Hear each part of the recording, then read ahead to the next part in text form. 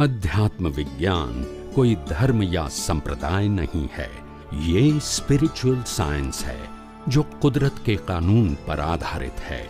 ये विज्ञान पूरे ब्रह्मांड के सभी रहस्यों को उजागर करता है और जीवन के सभी पहलुओं को समझने के लिए एक नई दृष्टि देता है।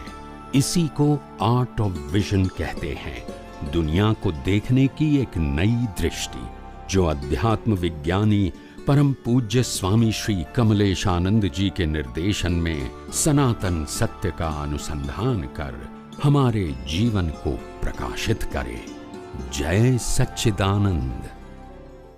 जुओ सत्संगનું મહાત્મ સમજાય છે, જુઓ સત્સંગનું મહાત્મ સમજાય છે, જુઓ સત્સંગનું મહાત્મ સમજાય છે, જુઓ સત્સંગનું મહાત્મ સમજાય છે, ધર્મ ધર્મ થઈને જીવતા પરિણમાય છે, ધર્મ ધર્મ થઈને જીવતા પરિણમાય છે, કોઈની અથડામણમાં આવશો ના કદીએ, કોઈની અથડામણમાં આવશો ન કદીએ, આજ વાક્ય આરાધને મિલે મોક્ષ કહીએ, આજ વાક્ય આરાધને મિલે મોક્ષ કહીએ, હો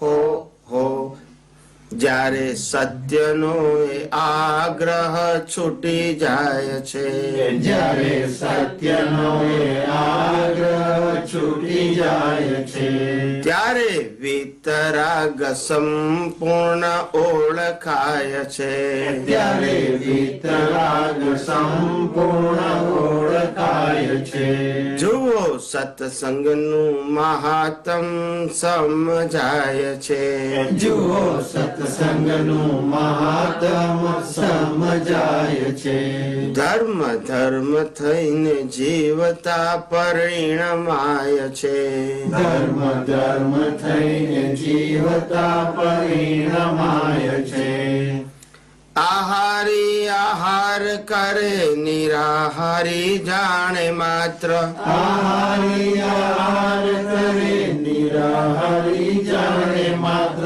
આહારી આહાર કરે નિરાહારી જાણે માત્ર, આહારી આહાર કરે નિરાહારી જાણે માત્ર, આજ વાક્ય આરાધને ભણી લીધા સર્વે શાસ્ત્ર, આજ વાક્ય આરાધને ભણી લીધા સર્વશાસ્ત્ર, હો હો હો માત્ર ખાણું પીણું દાદાજીને અર્પાય છે, માત્ર ખાણું પીણું દાદાજીને અર્પાય છે, વિધિ ખાતા પૂર્વે સહેજ સહેજ થઈ જાય છે, વિધિ ખાધા પૂર્વે સહેજ સહેજ થઈ જાય છે, જુઓ સત્સંગનું મહાત્મ સમજાય છે, જુઓ સત્સંગનું મહાત્મ સમજાય છે, આખું જગત વ્યવસ્થિત ખાલી કુવે પડગા, આખું જગત વ્યવસ્થિત ખાલી કુએ પડગા, આજ વાક્ય આરાધને જ્ઞાન મોક્ષ જપતા, આજ વાક્ય આરાધને જ્ઞાન મોક્ષ જપતા, ઓ હો હો જેવું કલ્પે એવો પોતે જ થઈ જાય છે, જેવો કલ્પે તેવો પોતે જ થઈ જાય છે, આત્મ સ્થિરતાથી અહીં મોક્ષ વર્તાય છે, આત્મ સ્થિરતાથી અહીં મોક્ષ વર્તાય છે, જુઓ સત્સંગનું મહાત્મ સમજાય છે, જુઓ સત્સંગનું મહાત્મ સમજાય છે, જ્ઞાન લીધા પછી ચાહે ગમે ત્યાં હો મહાત્મા, જ્ઞાન લીધા પછી ચાહે ગમે ત્યાં હો મહાત્મા, જ્ઞાન લીધા પછી ચાહે ગમે ત્યાં હો મહાત્મા, જ્ઞાન લીધા પછી ચાહે ગમે ત્યાં હો મહાત્મા, યાદ આવે અવસ્થામાં હું છું શુદ્ધ આત્મા, યાદ આવે અવસ્થામાં હું છું શુદ્ધ આત્મા, હો ફક્ત એક સમય શુદ્ધ ચિત્ત યાપમાય છે, ફક્ત એક ચિત્ત શુદ્ધ યાપમાય છે, ફક્ત એક સમય શુદ્ધ ચિત્ત યાપમાય છે, ફક્ત એક સમય શુદ્ધ ચિત્ત યાપમાય છે, અંત કાળે પૂર્ણ કેવળ જ્ઞાન થાય છે, અંત કાળે કેવળ જ્ઞાન થાય છે, જુઓ સત્સંગનું મહાત્મ સમજાય છે, જુઓ સત્સંગનું મહાત્મ સમજાય છે, જાળીએથી જય શ્રી કૃષ્ણ સંયોગી વિયોગને, જાળીએથી જય શ્રી કૃષ્ણ સંયોગ વિયોગને, સત્સંગ ના મળે ત્યારે કહીએ શું તમને, સત્સંગ ના મળે ત્યારે કહીએ શું તમને, હો ઠારો શ્વાસો શ્વાસ અમને હવે દાદા લાય છે, ઠારો શ્વાસ શ્વાસ અમને હવે દાદા લાય છે, આ તો બફાયેલા હૈયાની વરાળ હાય છે, આ તો બફાયેલા હૈયાની વરાળ હાય છે, જુઓ સત્સંગનું મહાત્મ સમજાય છે, જુઓ સત્સંગનું મહાત્મ સમજાય છે, ધર્મ થઈને જીવતા પરિણમાય છે, ધર્મ થઈને જીવતા પરિણમાય છે, જ્ઞાન લીધા પછી ચાહે ગમે ત્યાં હો મહાત્મા, જ્ઞાન લીધા પછી ચાહે ગમે ત્યાં હો મહાત્મા, યાદ આવે અવસ્થામાં હું છું શુદ્ધ આત્મા, યાદ આવે અવસ્થામાં હું છું શુદ્ધ આત્મા, સત્સંગ ના મળે ત્યારે કહીએ શું તમને, સત્સંગ ના મળે ત્યારે કહીએ શું તમને, કોઈની અથડામણમાં આવશો ના કદીએ, કોઈની અથડામણમાં આવશો ના કરીએ, આજ વાક્ય આરાધને મિલે મોક્ષ કહીએ, આજ વાક્ય આરાધને મિલે મોક્ષ કહીએ, હો જ્યારે સત્યનો એ આગ્રહ છૂટી જાય છે, જ્યારે સત્યનો એ આગ્રહ છૂટી જાય છે, ત્યારે વિતરાગ સંપૂર્ણ ઓળખાય છે, ત્યારે વિતરાગ સંપૂર્ણ ઓળખાય છે, જુઓ સત્સંગનું મહાત્મ સમજાય છે,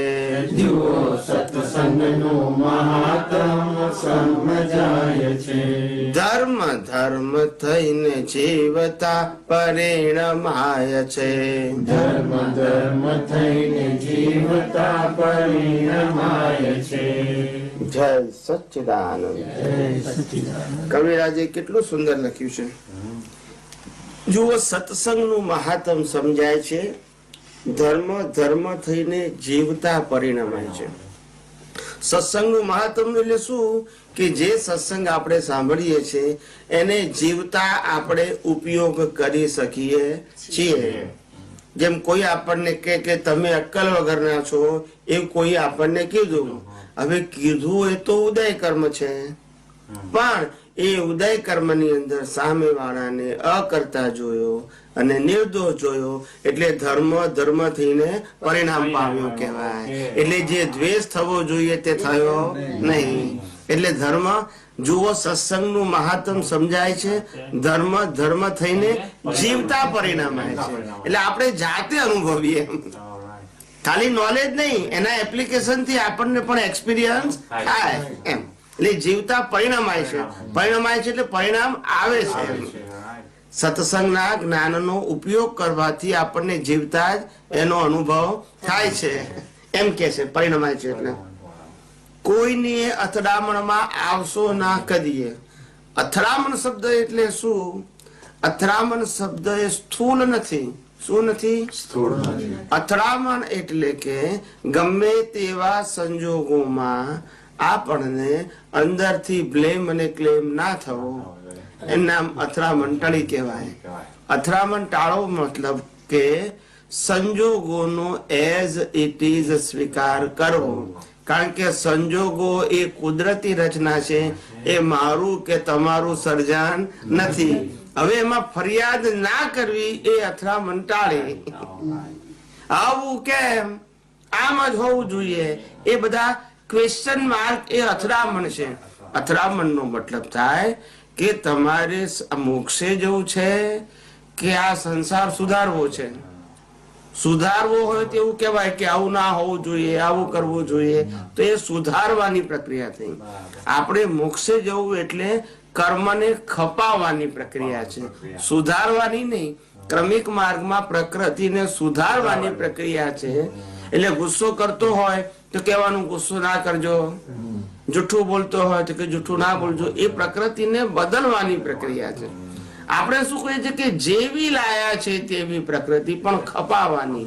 કપાવવાની એટલે એની સાથે સિગ્નેચર કરવાની નહીં. એટલે ઉકલી ગઈ. શું થયું?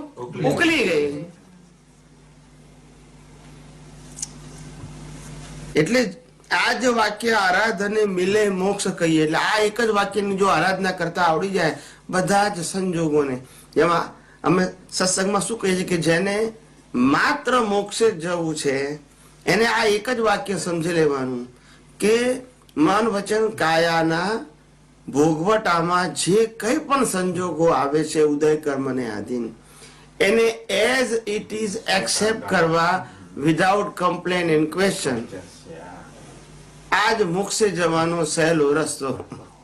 એઝ ઇટ ઇઝ એટલે ઉકલી જાય. શું થાય? હવે એમાં ફરિયાદ કરો એટલે નવું સર્જન થાય. આવું કેમ? એટલે આપણે એ સંજોગોનો સ્વીકાર કર્યો નહીં.